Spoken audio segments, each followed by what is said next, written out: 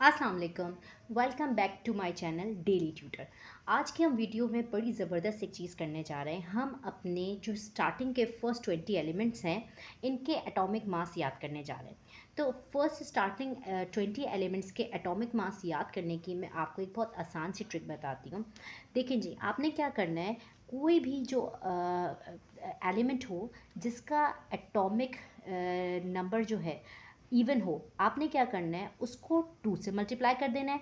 और कोई भी एलिमेंट जिसका एटॉमिक नंबर जो है वो ऑड है, आपने क्या करना है, उसको पहले तो आपने 2 से मल्टीप्लाई करना है, 2 मल्टीप्लाई बाय 2, और उसमें 1 को जो है ऐड करवा देना है। ठीक है, तो अब हम इस रूल को जो है अप्लाई करके देखते हैं। अच्छा, इससे पहले एक बात आपने याद रखनी है कि ये जो रूल है ये 4 एलिमेंट्स के ऊपर जो है वो अप्लाई नहीं होगा, उनका आपको एटॉमिक मास जो है वो याद करना होगा।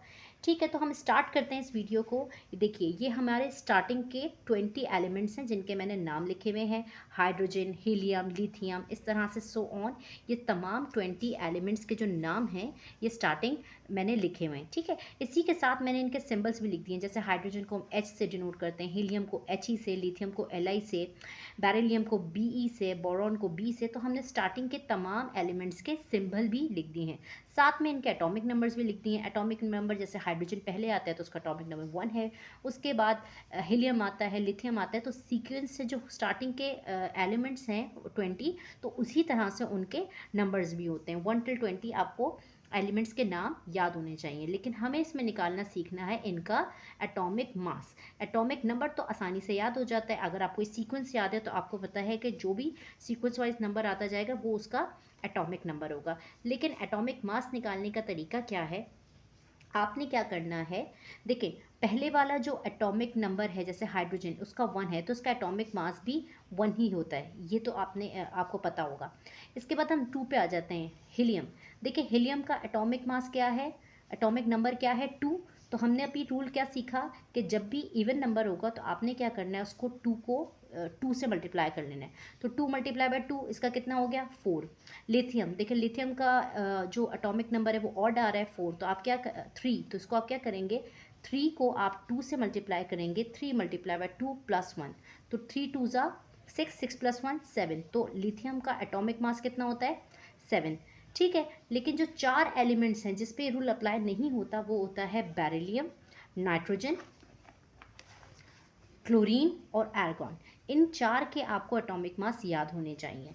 बेरिलियम का एटॉमिक नंबर जो है वो 4 है, और इसका जो एटॉमिक मास है वो है 9। तो ये आपको याद होना चाहिए। इसके बाद हम बोरॉन पे आ जाते हैं। बोरॉन का नंबर है 5, हम चेक कर लेते हैं। इसका ये एक ऑड नंबर है, तो ऑड का क्या ट्रिक है, आपने क्या करना है, 5 मल्टीप्लाई बाय 2 प्लस 1। तो 5 2 ज़ा 10, 10 प्लस 1 11। ठीक है, कार्बन, कार्बन का इवन नंबर है तो इवन नंबर के लिए आपने क्या करना है, जस्ट 2 से मल्टीप्लाई, 6 2 ज़ा 12। तो कार्बन का एटॉमिक मास जो है वो 12 होता है। इसके बाद बाकी भी तमाम चेक कर लेते हैं। नाइट्रोजन, नाइट्रोजन के लिए मैंने आपको कहा था रूल अप्लाई नहीं होता। ऑक्सीजन, ऑक्सीजन का एक इवन नंबर है 8, तो इसका एटॉमिक मास कैसे निकलेगा, 8 मल्टीप्लाई बाय 2 बन गया 16।